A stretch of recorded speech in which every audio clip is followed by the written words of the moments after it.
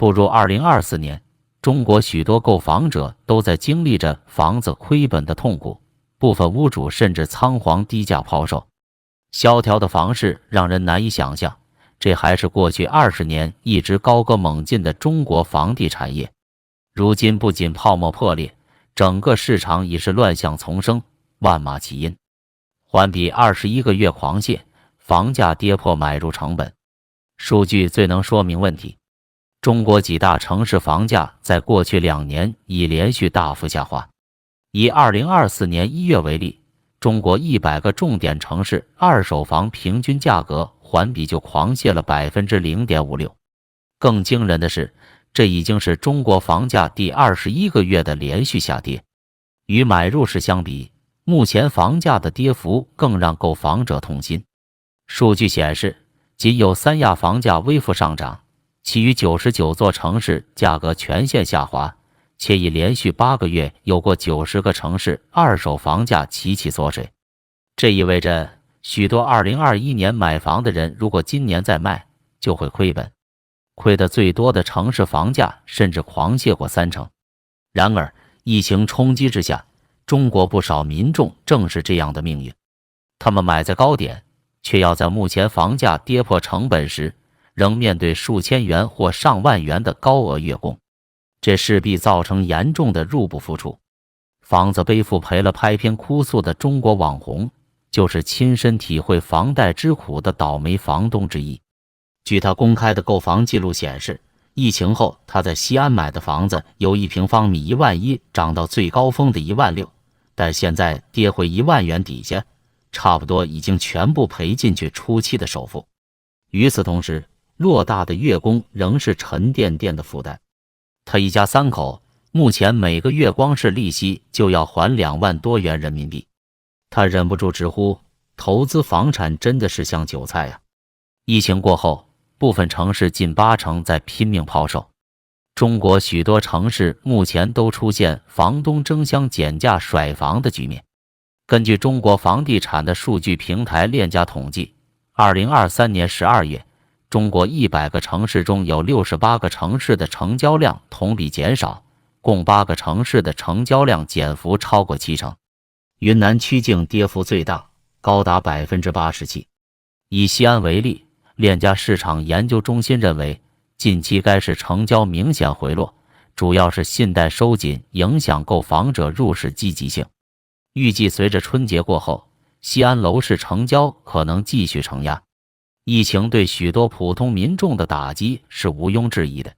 住在重庆，从事餐饮业的一位女士，2021年夏天时还信心满满贷款买了套100多万元人民币的新房。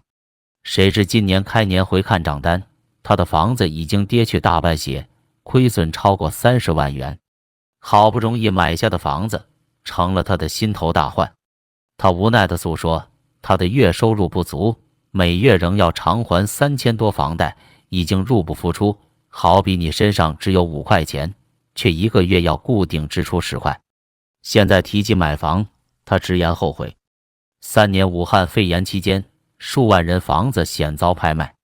更惨烈的是，中国许多购房者在疫情期间面临房子被拍卖卖掉的巨大威胁。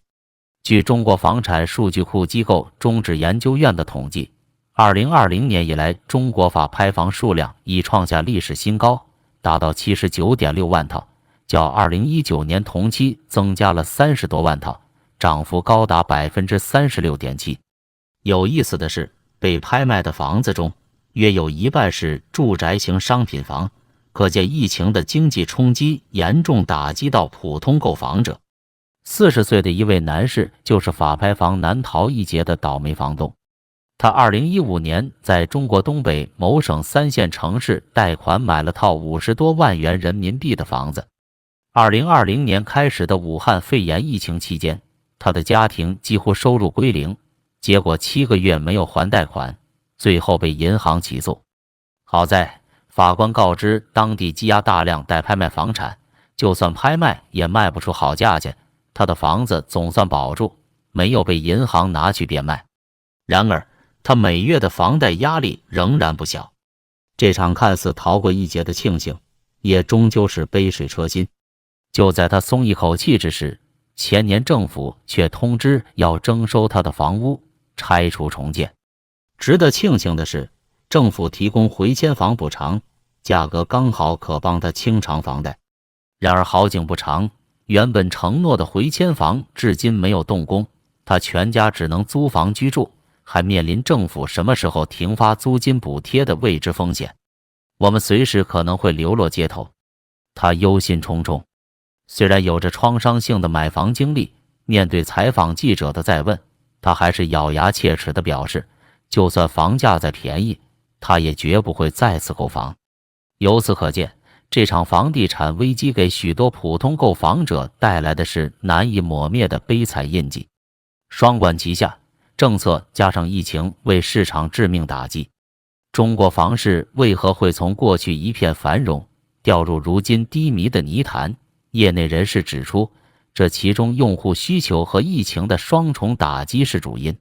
曾在房地产界打滚多年的一位业内人士表示，2017、2018年开始，中国政府收紧房地产贷款，包括限购、提高首付要求等，直接切断房企的资金链。这在疫情之下更是雪上加霜，造成房企经营困难，许多烂尾楼应运而生。以中国第一大房企恒大为例，业界估算其烂尾楼高达162万套，牵涉业主近600万之多。可以想见，这对许多信赖大品牌而买房的普通购房者是怎样的一场浩劫。更不用说还有上千家破产清算的小型房企，也在疫情期间离场。曾发起不买房运动的一位房地产评论人士直言，这场房市危机的深层根源在于地方政府只图政绩，常年过度依赖卖地牟利，加上供应失当，为日后祸根埋下种子。他认为这种发展模式已不可持续，必须由根本上调整。事实上，根据独立调查机构克尔瑞研究中心的报告显示，2022年中国3、4线城市的地方政府高达41%的财政收入来自土地出让，这已严重影响区域发展。一位总经济学家更严峻预言，鉴于中国现在已陷入债务型通缩，资产价格难以短期止跌，不排除会重蹈失落的20年甚至30年的覆辙，步日本房地产泡沫后的后尘。1991年，日本房地产泡沫爆破，房价大幅下挫，拖累经济长期不振。以东京为例，房价从泡沫高峰时的每平方米超过100万日元，狂泻至不足20万日元，可谓一落千丈。在冲击下，日本经济步入所谓失落的20年。而在中国，房价下跌也已经开始惊人。一线城市上海2021年以来，房价就已经下滑过20%，二手房成交量也只剩下不到一半。作为房地产代理多年的一位业内人士直言，2022和2023两个信号最明显，就是看跌中国经济前景的境外资金已经开始大举撤离中国房地产市场。这预示着外资对中国经济前景的悲观评价将助长资产价格下跌与通缩。中国楼市能否避开失落的30年，仍是未知数。业内专家也持悲观态度。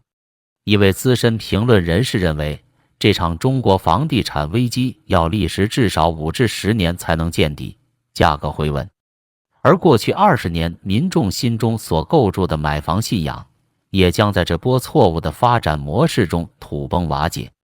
当百姓华丽的房产梦一去不复返，留给这个曾经飞速腾飞的行业与挂满希望的普通买房者的，恐怕只有无尽的惆怅与迷茫。